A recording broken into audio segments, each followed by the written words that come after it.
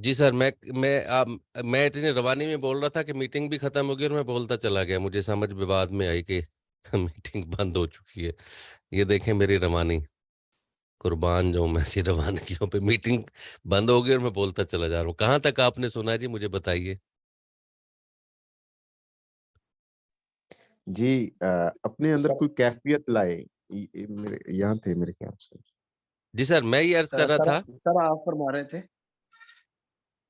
जी जी, हाफिज साहब बोलिए। सर आप फरमा रहे थे कि जब आप लोग रिकॉर्ड करते हैं तो शायद आपके इर्द गिर्द कोई होता है, हाँ हाँ, ठीक है। यानी आप उसको फील करते हैं, यहाँ तक हाँ, तकरीबन इस यही ठीक है। बात यहां तक आप समझे।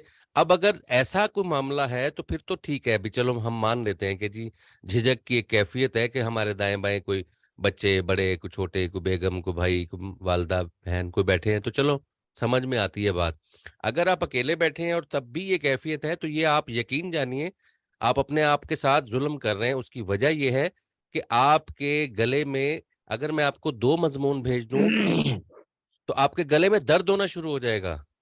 क्योंकि आप टेंस होके, आप अपने पट्ठों को खिंचाओ, तनाव की कैफियत में आप रिलैक्स बिल्कुल नहीं है। मैंने तो 3-3 घंटे के रेडियो के प्रोग्राम किए हुए हैं।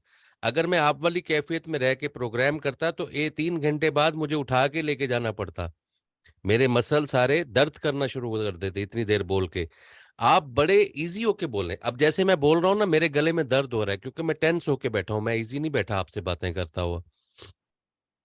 मुझे जोर लगाना पड़ रहा है आपको बात करने में। तो मैं इजी नहीं, बिल्कुल इजी नहीं बैठा हुआ। मैं आप बोल रहा हूँ, मेरे गले में दर्द शुरू हो रहा है, मसल मेरे दर्द कर रहे हैं। लेकिन जब हम अच्छी तरह से रिलैक्स होके दोस्तों के साथ बात करते हैं तो सारी रात गुजर जाती है और हमारी बातें खत्म नहीं होती। फिर हम कहते हैं कि मैं तुम्हारे सांसें ही सुनता रहा। ठीक है। तो आज ही पढ़ रहा था मैं फेसबुक पे। तो ये, अच्छा, मेरी किसी बात को भी आपने ऐसा नहीं लेना, मेरे लिए सारे काबिल एहतराम है, मेरी बहनें बेटी हैं सारी। तो मैं जस्ट जोक है। ठीक है। तो अब सर मेरी बात समझ आ गई है। अगर आप इसको रिलैक्स होके पढ़ना चाहें तो कैसे पढ़ेंगे कि आप पढ़ते भी जाएं और गले में भी दर्द ना हो? कैसे पढ़ेंगे और मजा भी आए सुनने वालों को? कैफियत मैंने लाने का कहा कि अदबी लोगों की एक कैफियत है। अदबी ये मजा है, तंजो मजा है अदबी। तो इसमें आप यूं समझें कि मुश्ताक अहमद यूसुफी और उनकी बेगम एक अदबी लोग हैं।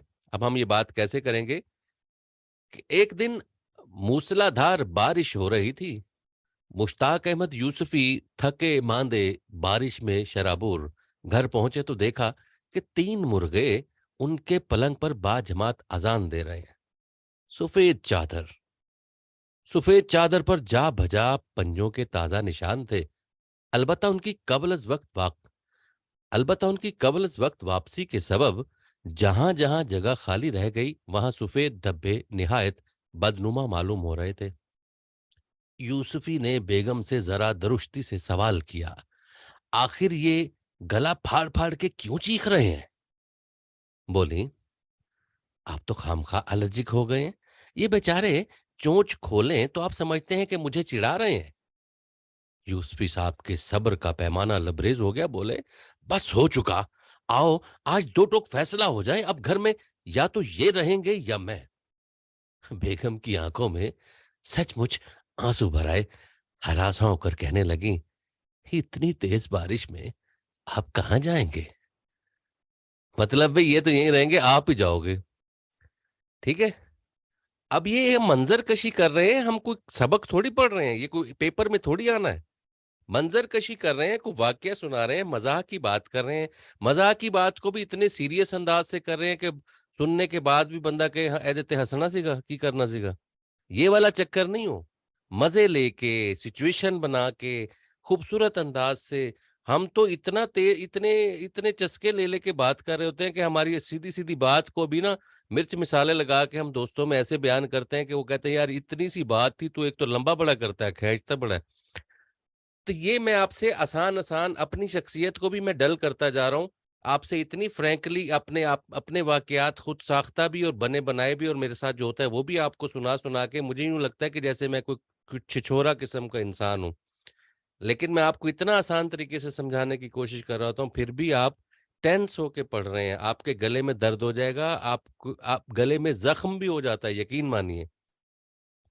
तो आप रिलैक्स होके मसल्स को रिलैक्स करके बड़ी आसान कैफियत में बैठें, मज़े लेके किसी भी तहरीर को पढ़ें। मज़े लेके तहरीर को पढ़ना क्या है कि उसकी कैफियत में रहते हुए उसको पढ़ेंगे, तो आप उसको मज़े से पढ़ सकेंगे। अगर आप उसकी कैफियत में नहीं रहेंगे, तो आपको बिल्कुल मज़ा नहीं आएगा। शायरी को पढ़ें तो शायरी की कैफियत हो। अब ये किसी ने क्या भेजा है मुझे अभी शायरी? जी, आप मेरी बात सुन रहे हैं, सारे समझ भी रहे हैं या कोई बेज़ारी की कैफियत है तो फिर मैं आपको एंटरटेन करता हूँ। जी जी सर। सर, समझ रहे हैं सर। मेहरबानी है जनाब आपकी। चल आ एक ऐसी नज़्म कहूँ जो लफ्ज़ कहूँ वो हो जाए। ये किसने भेजी है जी? आज़म साहब आपने भेजी है? जी सर, मैंने भेजी है सर। लें फिर इसको मज़े लेके पढ़ें। आप पढ़ें या मैं पढ़ूँ? जी, आप पढ़ेंगे सर, आप पढ़ेंगे। लें फिर अब इसको मज़े लेके पढ़ना है मैंने। अब सारों ने ना इसको फ़ील करना है कि मैं एन्जॉय कर रहा हूँ इसको। एन्जॉय करने से मुराद है कि ये कोई एन्जॉय करने वाली नज़्म नहीं है, वो नहीं है। लेकिन मैं इसको पढ़ रहा हूँ एक माहौल बना के, कैफ़ियत बना के। और मैं ये सोच रहा हूँ कि मैं एक बहुत बड़ा पाकिस्तान का नामवर आरजे हूँ और सारे जितने भी लोग सुनने वाले हैं, ये मुझे सुनकर अश-अश कर उठे, मेरी कैफ़ियत ये होनी चाहिए। अच्छा, चल आ एक ऐसी नज़्म कहूँ, जो लफ्ज़ कहूँ वो हो जाए। बस अश्क कहूँ तो एक आँसू तेरे गोरे गाल को धो जाए। मैं आ लिखूँ, तू आ जाए। मैं बैठ लिखूँ, तू आ बैठे। मेरे शाने पर सर रखे तो मैं नींद कहूँ तू सो जाए। मैं कागज पर तेरे होंठ लिखूं, तेरे होंठों पर मुस्कान आए। मैं दिल लिखूं तो दिल थामे, मैं गुम लिखूं दिल खो जाए। तेरे हाथ बनाऊं पेंसिल से, फिर हाथ पे तेरे हाथ रखूं। कुछ उल्टा सीधा फर्ज करूं, कुछ सीधा उल्टा हो जाए। मैं आ लिखूं तू हाय करे, बेचैन लिखूं तू बेचैन लिखूं, बेचैन हो तू। फिर मैं बेचैन का बे काटूं, तुझे चैन जरा सा हो जाए। अभी ऐन लिखूं तो सोचे मुझे, फिर शीन लिखूं तेरी नींद उड़े। जब काफ लिखूं तुझे कुछ कुछ हो, मैं इश्क लिखूं तुझे हो जाए। ला, जादू की पेंसिल है, शाका लाका बूम बूम वाली। हैं जी, कैसी है जी ये पेंसिल? आजम साहब क्या कितों मिल बात दी? क्या कमाल हो गया बात सर। है! सर कमेटी डालते हैं, अल्लाह की कसम ये पेंसिल मिल जाए ना, जिंदगी हसीन हो जाएगी। क्या बात है सर, क्या बात है! है जी। तो सर ये ना मैं बड़े मजे से सुना रहा हूँ। मैंने कोई कैफियत लाने की कोशिश नहीं की, तनाव की, किसी चीज की, पढ़ता जा रहा हूँ, लफ्ज से लफ्ज जुड़ते जा रहे हैं। हालांकि ये बड़ा मुश्किल है ये वाला पढ़ना। ये वाली जो तहरीर है बड़ी मुश्किल है क्योंकि इसको बड़ा सिस्टम से पढ़ना है कि कहाँ रुकना है, कहाँ नहीं रुकना। तो एक दफा पढ़ के फिर आपको अगली दफा पढ़ने में आसानी होती है कि अब अगर मैं पढ़ूं तो पहले से ज्यादा बेहतर पढ़ूंगा। तो अब ये आपने भेजा लहू में भीगे तमाम मौसम, अब ये और कैफियत है। लहू में भीगे तमाम मौसम। अब अच्छा मजे की बात यह है, जो मैं दरमियान में रोकना चाह रहा था लेकिन रुका नहीं। चल आ एक ऐसी नज्म कहूं, जो लफ्ज कहूं वो हो जाए। अब ये यकीन के जानिए, बाय गॉड, मैं बॉडी लैंग्वेज का इस्तेमाल कर रहा हूं, मैं अपनी आंखों का इस्तेमाल कर रहा हूं, मैं अपने चेहरे का इस्तेमाल कर रहा हूं, मैं अपने हाथों का इस्तेमाल कर रहा हूं। और हो जाए, जब मैं कहता हूं ना चल एक ऐसी नज्म कहूं जो लफ्ज कहूं वो हो जाए, तो यूं लगता है कि जैसे हो गया है।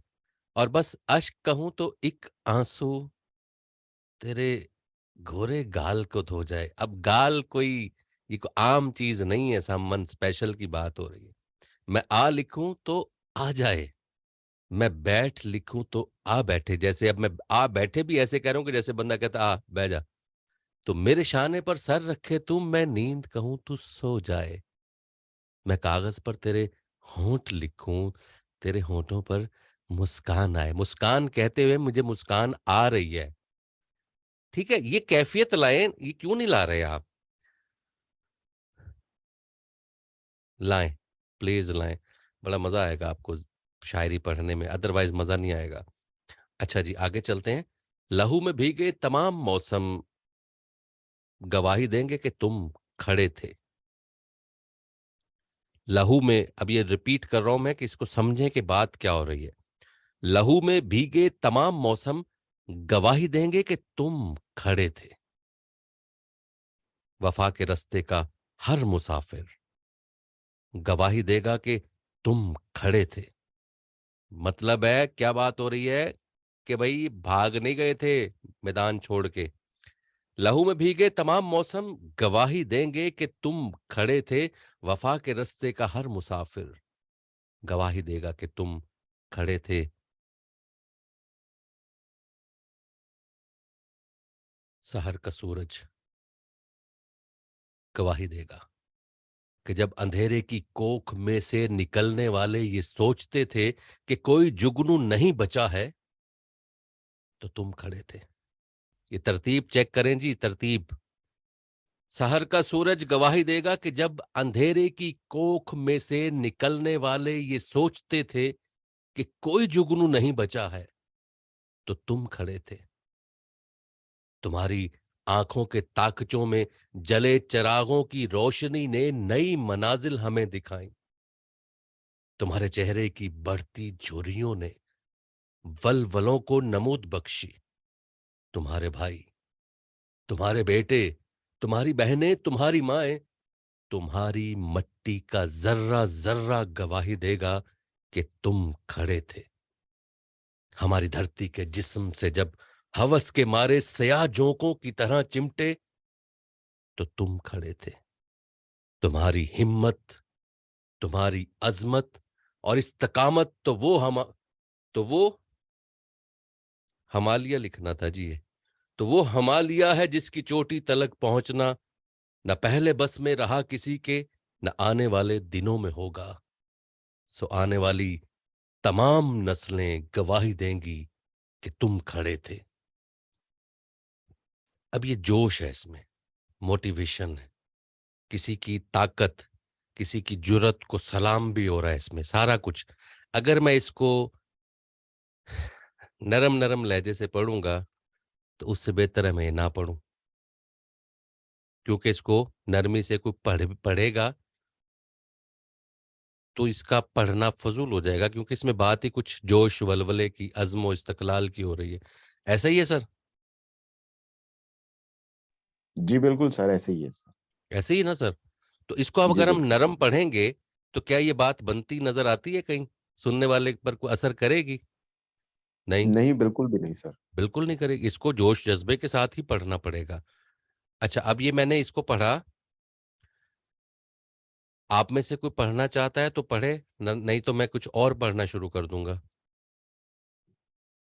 सर मैं ट्राई करूं? जी कीजिए। सर कोशिश करूंगा जैसे पढ़ा जा सका पढ़ूंगा। अब आपने जी जी, बर्दाश्त करना है। ये लहू में भीगे।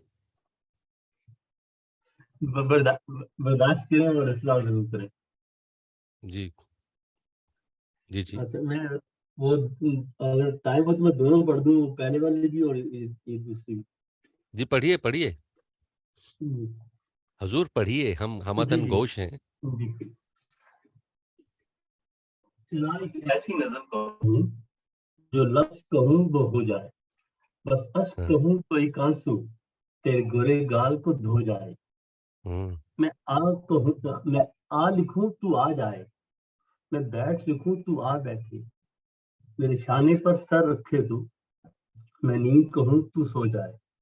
वाह, मैं कागज पर तेरे होंठ लिखूं, तेरे होंठों पर मुस्कान आए, हम्म, मैं दिल लिखूं तू दिल थामे, हम्म, मैं गुम लिखूं तू दिल खो जाए। हम्म, तेरे हाथ बनाऊं पेंसिल से, तेरे हाथ पे तेरे हाथ रखूं, कुछ उल्टा सीधा फर्ज करूं, कुछ सीधा उल्टा हो जाए। मैं आह लिखूं तू हाय करे, बेचैन लिखूं बेचैन हो तू, फिर मैं बेचैन का भी काटूं तुझे चैन जरा सा हो जाए। अभी ऐन लिखूं तू सोचे मुझे, फिर शीन लिखूं तेरी नींद उड़े। जब काफ लिखूं तुझे कुछ कुछ हो, मैं इश्क लिखूं तुझे हो जाए। ऐसी चीजें बड़ी मजेदार पढ़नी आती है हमें। तो दूसरी भी ट्राई करने क्या लगा। बात। है शौक चेक करो सारे होते। क्या नहीं, बात मैं है क्या।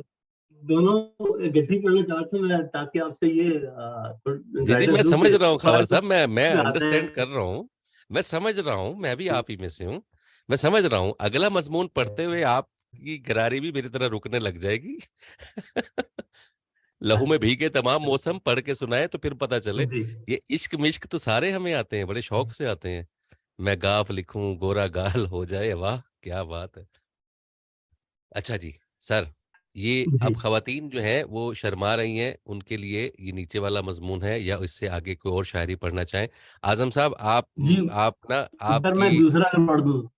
नहीं, असल में ना जो दूसरा। आपकी जो आपका जो ये मजमून सेंड किया ना आपने, जी सर। इसकी जो आवाज की जो टोन है ना, जी सर। जो इसकी फेवरेट टोन है ना, वो यकीन जाने मैं आपकी तारीफें नहीं कर रहा होता।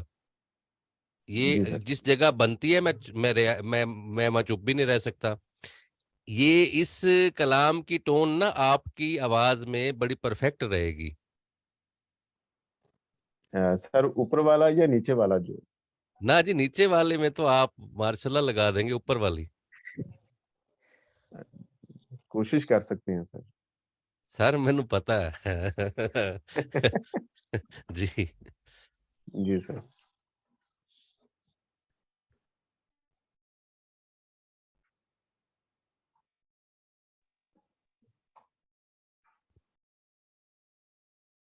बिस्मिल्लाह करें सर।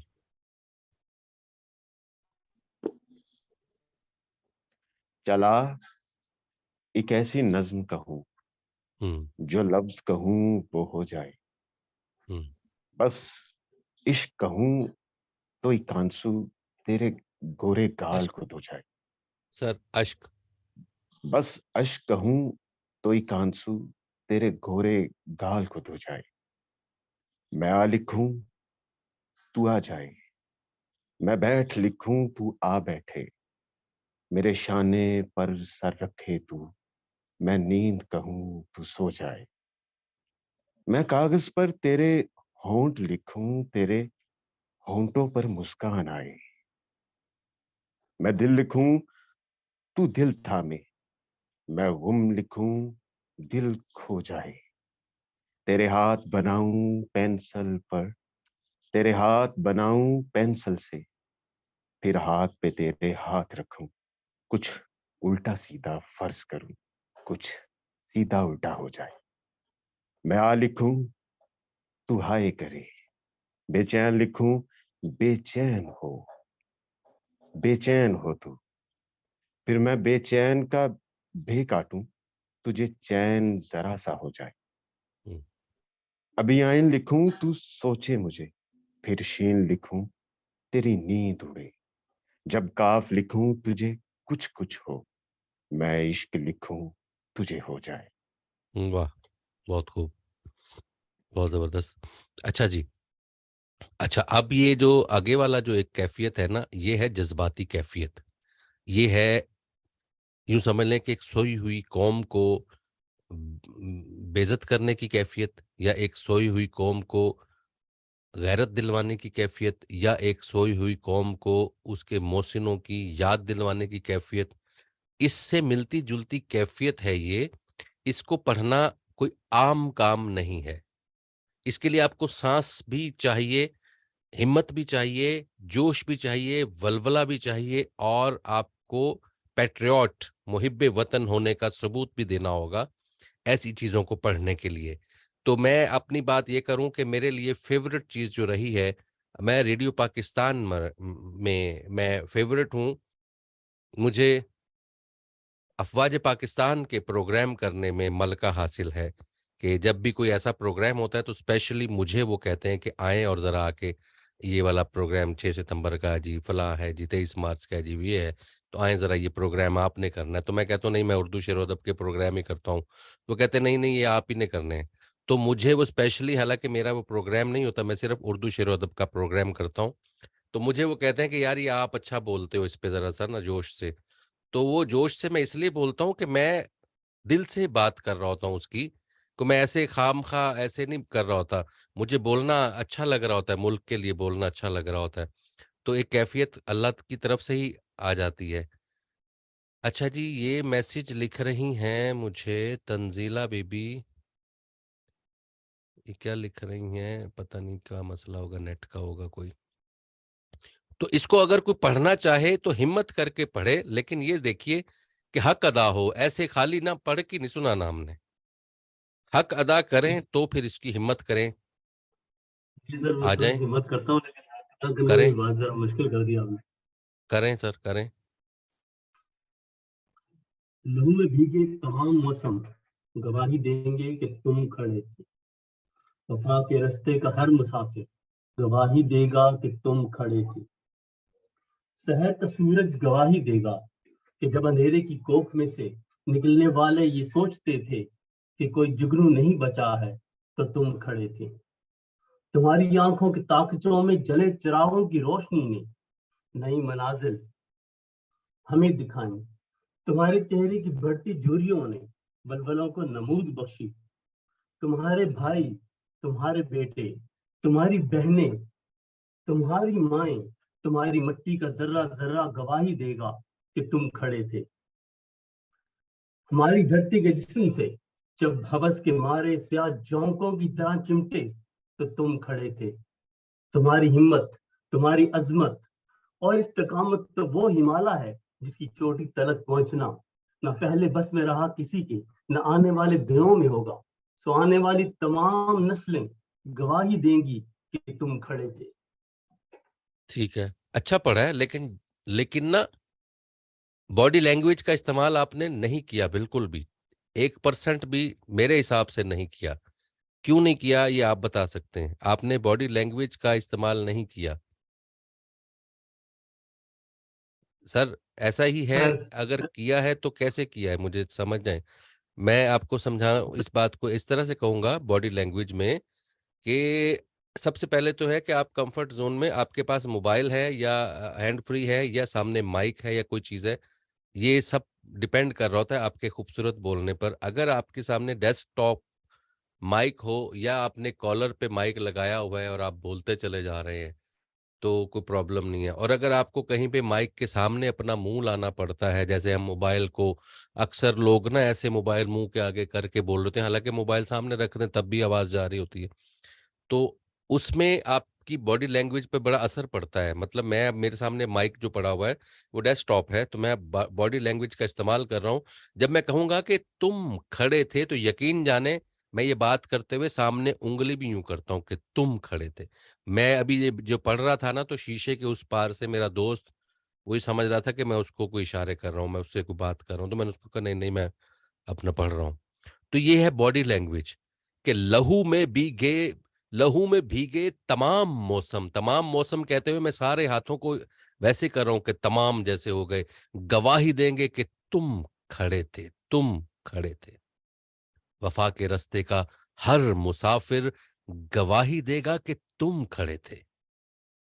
सहर का सूरज गवाही देगा कि जब अंधेरे की कोख में से निकलने वाले ये सोचते थे कि कोई जुगनू नहीं बचा है, तो तुम खड़े थे। तुम्हारी आंखों के ताकचों में जले चरागों की रोशनी ने नए मनाजिल हमें दिखाए। तुम्हारे चेहरे की बढ़ती झुर्रियों ने वलवलों की नमूद बख्शी। तुम्हारे भाई, तुम्हारे बेटे, तुम्हारी बहनें, तुम्हारी माएं, तुम्हारी मट्टी का जर्रा जर्रा गवाही देगा कि तुम खड़े थे। हमारी धरती के जिस्म से जब हवस के मारे स्याह जोंकों की तरह चिमटे, तो तुम खड़े थे। तुम्हारी हिम्मत, तुम्हारी अजमत और इस्तकामत तो वो हिमालय है जिसकी चोटी तलक पहुंचना न पहले बस में रहा किसी के, न आने वाले दिनों में होगा। सो आने वाली तमाम नस्लें गवाही देंगी कि तुम खड़े थे। सलाम पेश करते हैं हम तुझे, सलाम पाकिस्तान। ये वाली कैफियत लाएं। इसको ढीला ढीला पढ़ेंगे ना अगर हम, सर कमाल, तो माशाल्लाह। मजा नहीं आएगा पढ़ने का सर। अच्छा सर, अब और सर क्या पढ़ना चाहिए हमें? आप अपना टाइम सारा सामने रखा करें। मैं बड़ी सहूलत से मैं रात 3 बजे तक यहीं पे हूँ। तो आपको और और कोई भेजना चाहें जिसकी आप प्रैक्टिस करना चाह रहे हैं और आपको कंफ्यूजन हो रही है कि इसको कैसे पढ़ना है, तो आप काइंडली इस ग्रुप में शेयर कर दें, ताकि हम उसको आसानी से पढ़ लें। मेरे पास इतना मटेरियल है कि मैं पढ़ना शुरू करूं या आपसे शेयर करना शुरू करूं, तो मुझे ये परेशानी होती है कि आप कहेंगे कि अभी एक चीज़ हमारी कंप्लीट हुई नहीं है, सर ने और 4-6 चीज़ें भेज दी हैं, पता नहीं क्या चाहते हैं ये। तो मैं इस वजह से आपको नहीं भेज रहा, वरना मेरे पास बहुत मटेरियल है। स्टोरीज मेरे पास कुछ 200 से ज्यादा स्टोरीज मेरे सामने मौजूद हैं, फोल्डर्स में पड़ी हुई हैं। तो मैं आपको भेज भेज के आपको हलकान नहीं करना चाह रहा। स्टोरी तो एक भी वही है, 10 भी वही है। आप एक को ही अच्छा पढ़ने की कोशिश करेंगे तो 10 भी वही होंगी। प्रैक्टिस करने की बात है, प्रैक्टिस करें। प्रैक्टिस ये है कि राह चलते कोई आपको दुकान का बोर्ड नजर आ रहा है, कोई फायजा ब्यूटी क्रीम रंग गोरा करने वाली क्रीम का बोर्ड नजर आ रहा है, कहीं पे लिखा हुआ है देसी अंडे इतने रुपए दर्जन, उसको भी पढ़ लें।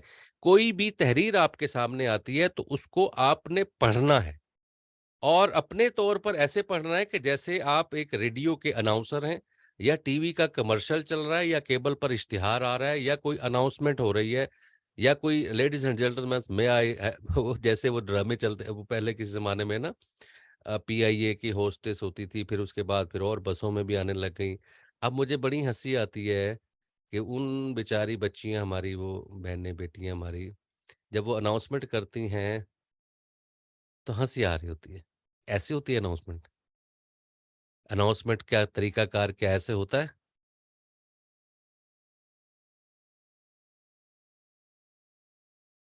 अच्छा, ये उज़्मा आतिफ कह रही हैं कि सर ये फ्लो हमारे लहजे में नहीं आ रहा। अब आ जाएगा ना, आप बार बार पढ़ेंगे तो आ जाएगा।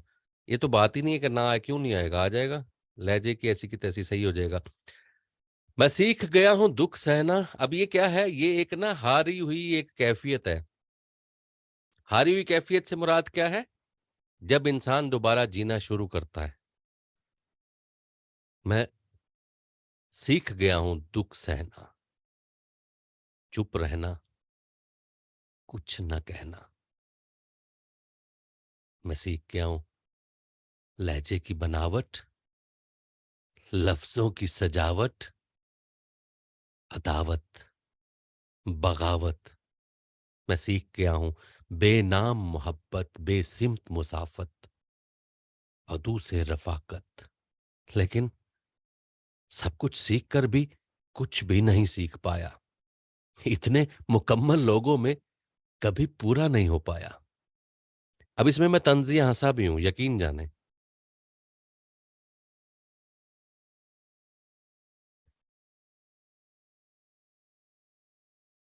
तो ये तंजिया हंसना क्या था? इसमें हुस्न लाने की बात थी कि मैं जैसे बंदा बहुत टूटा हुआ ना, तो वो तंजिया भी हंस रहा है। जैसे बंदा कहता है, सुनाओ सुनाओ जी क्या हाल है? ठीक है यार, शुक्र, सब ठीक है यार, शुक्र अल्लाह का। वो अंदर से बेचारा टूटा हुआ है। तो ये वो वाला तंजिया हंसना होता है। मैं सीख गया हूं दुख सहना, चुप रहना, कुछ ना कहना। मैं सीख गया हूं लहजे की बनावट, लफ्जों की सजावट, अदावत, बगावत। मैं सीख गया हूं बेनाम मोहब्बत, बेसिमत मुसाफत, अदू से रफाकत। लेकिन सब कुछ सीख कर भी कुछ भी नहीं सीख पाया। इतने मुकम्मल लोगों में कभी पूरा नहीं हो पाया। इसमें सुर नहीं है कहीं पे, ना ही आप कुछ सुर लाने की कोशिश कीजिएगा, ठीक है जी?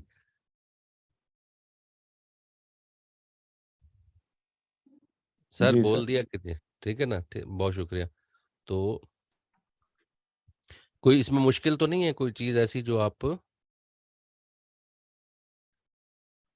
अच्छा, अब ये खूबसूरत बातें मेरे सामने आ गई बहन भाइयों की। भाई कहने से कोई, अब ये क्या है, ये बात ये है सुनहरी अल्फाज। ये मैं कोई ना तो कहानी सुना रहा हूँ, ना मैं शायरी पढ़ रहा हूँ, ना मैं कोई तंजो मजाक कर रहा हूं, लेकिन इसमें सारी चीजें शामिल हो जाएंगी। शायरी भी, तंजो मजा भी, और दास्तान गोई भी, किस्सा गोई भी, स्टोरी टेलिंग भी, अदब भी, तंजो मजा भी, ये सुनहरे अल्फाज में। जरा गौर कीजिएगा सब। भाई कहने से कोई भाई नहीं बनता, बल्कि भाई कहकर मुखातिब करने का मकसद ये होता है कि आपको भाई जैसा मुकद्दस लफ्ज इसलिए दिया गया है कि आपको इसके काबिल समझा गया है। ठीक है, बहन की शादी की खुशी तो बहुत होती है, लेकिन उससे बिछड़ने का दुख उस खुशी से कहीं ज्यादा होता है। बहनें तो एक दूसरे की जान होती हैं, इसीलिए हर सुख दुख की साथी होती हैं। दुनिया की सबसे अनमोल चीज बहन भाई का प्यार होता है। दूर हो जाने से बहनों का प्यार कभी कम नहीं होता। भाई क्या चीज है। 20 साल की बहन 2 साल के भाई को बाजार ले जाती है और खुद को महफूज समझती है कि भाई मेरे साथ है। बहनों की लड़ाई के बिना जिंदगी अधूरी है।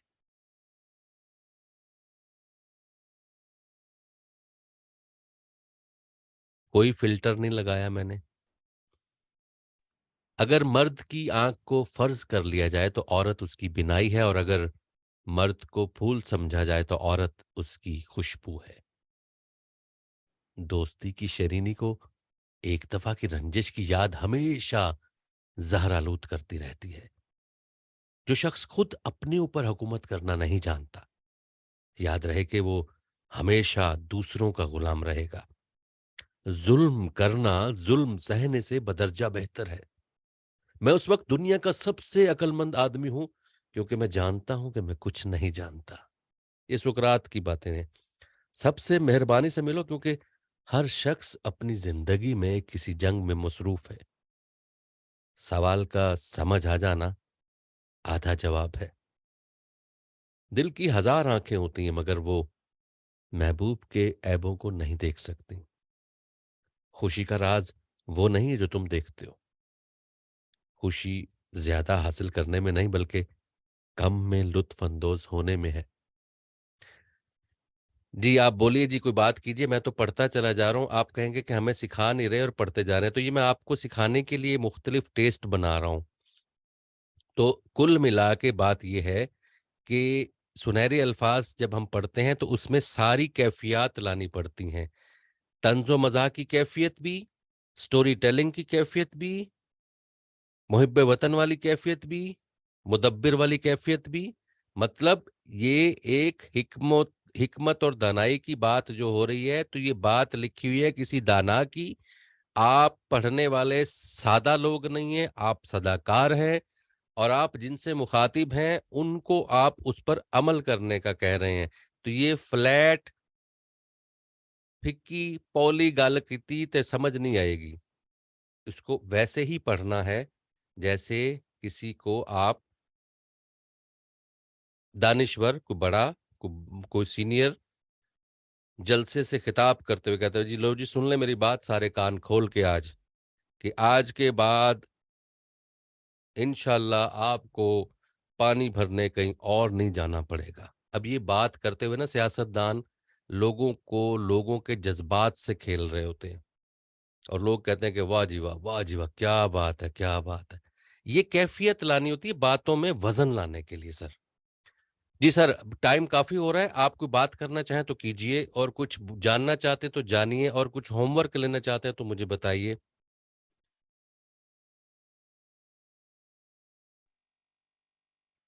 अभी तो मैंने आपको खबरें भी पढ़ना सिखानी थी, पर सर अभी तो क्या हमारे सिखाऊं। पिछले टॉपिक से क्लियर नहीं हो रहे। वही ना, मुझे परेशानी हो रही है, क्योंकि मैं आपको बगैर सिखाए आगे नहीं जाना चाह रहा। आपको आपस की बात बताऊं, अल्लाह जानता है, मेरे जो साथी हैं जो इस जो इस सिस्टम को आप तक पहुंचाते हैं, डिजिटल हब वाले हैं, उनका मुझसे इख्तलाफ है ये वाला कि सर आप ना पर्सनलाइज बहुत ज़्यादा हो जाते हैं, आप सिर्फ कोर्स करवाया करें। तो मुझे अब उनकी बातें समझ आती हैं कि वो सही कह रहे होते हैं। लेकिन मैं ये समझता हूँ कि मैं आपको कोर्स करवाने के लिए नहीं आया, मुझे अल्लाह का शुक्र है मेरे पास पैसे कमाने के और भी ज़राए ढेर सारे हैं आवाज़ के इस्तेमाल से। तो मैं अगर आप मुझे टाइम दे रहे हैं तो यकीन जाने आप सब मेरे लिए इतने मोहतरम है कि टाइम आपका फैमिली टाइम है और आप मुझे टाइम दे रहे हैं और कुछ सीखने के लिए कर रहे हैं और अगर आप मैं सिखा नहीं पा रहा तो मैं आपका टाइम बर्बाद कर रहा हूँ। मुझे इस चीज़ का दुःख रहेगा। नहीं सर, आप सिखा तो हमें अपना रहे हैं, लेकिन मुझे लगता है कि हम में वो कमी है कि हम उस कमी को भी पूरा करने की कोशिश में हैं, लेकिन वो हो नहीं पा रहा। पता नहीं क्या बात है सर। कोशिश तो कर रहे हैं, लेकिन वो आगे मुझे लगता है इंशाल्लाह कुछ टाइम। इंशाल्लाह सर हो जाएगा। सिर्फ़ ना आपने ना सिर्फ़ ये कोशिश करनी है कि बहुत आसान तरीके से अपने आप को रिलैक्स करना है और बिल्कुल सर आसान लफ्ज़ों असल में ना हमारे साथ बहनें-बेटियाँ भी मौजूद हैं सारी, तो मैं कुछ लफ्ज़ ऐसे ही होते हैं जो फिट आते हैं मर्दों को समझाने के लिए। आप यूँ समझ लें कि जैसे सियासतदान नहीं सारों को बेवकूफ़ समझ रहा होता, बेवकूफ़ समझने को आप समझ रहे हैं मैं क्या कह रहा हूँ, कि बेवकूफ़ समझ रहा होता है ना सारों को, जलसे में खिताब कर रहा होता है, झूठ बोल रहा होता है, लेकिन ऐसे जी। बना-बना के झूठ बोल रहा होता है कि वो कह रहे होते हैं कि बस आवे ही आवे। तो इसी तरह से इतने मुतमईन हो के आप अपना कोई कलाम, अपनी कोई तहरीर, अपनी कोई कहानी, अपनी कोई चीज़ पढ़ें कि आप ना 200, 400, 500 हज़ारों लोगों के साथ लोग ना ऐसे टिकटिकी बाँध के मुँह पे ऐसे हाथ रख के ठोड़ी के नीचे आपकी बातें सुन रहे हैं और ये सोच रहे हैं कि यार बहुत ही कोई काबिल आदमी है यार, पता नहीं अल्लाह ताला ने इसको कितना ज़हन दिया है। कैसे बोलता है, कैसे याद रहती हैं इसको चीज़ें, वाक़ये, किस्से, कहानियाँ। ये वाली कैफ़ियत आपकी बात में होनी चाहिए।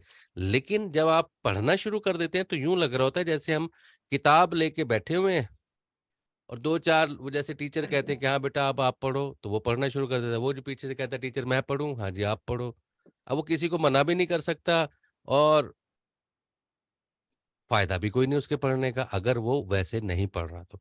तो मेरे साथ भी यही पोज़ीशन हो रही है कि मैं किसी की बारी नहीं आती तो मुझे दुःख रहता है और किसी की बारी आ जाती है तो मुझे दुःख होता है।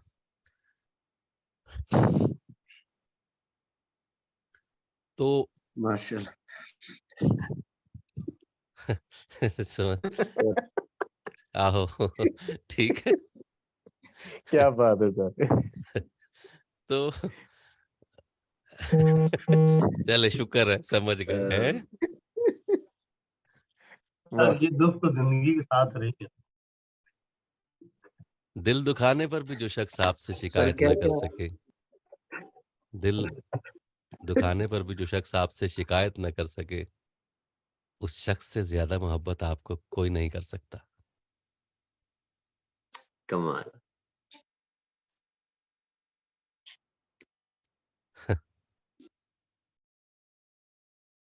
इंसान का सबसे बड़ा दुश्मन उसका दिमाग है। पकड़-पकड़ के लाता है उन लम्हात को जो अज़ियत देते हैं। अच्छा भला बैठा होता है और खामख़ा वो लम्हात खींच-खींच के लाता है दिमाग, जिसमें आप टूटते हैं, अज़ियत में होते हैं, दोबारा उस कैफ़ियत में आ जाते हैं। ये इंसान का दिमाग है। ज़िल्लत के लिबास का कोई नाप नहीं होता, ये हर जिस्म पे पूरा आ जाता है। कुछ दरवाज़े हमें खुद पर खुद ही बंद करने पड़ते हैं। ज़िंदगी खुदफ़रेबी और खुशगुमानियों में रहने से बेहतर है कि इंसान एक ही बार खुद को झुलसती हुई हकीकत के रूबरू कर ले। जब दिल टूटता है तो हर कोई कहता है, "कोई बात नहीं, तुम्हें इससे भी कोई अच्छा मिलेगा।" पर कोई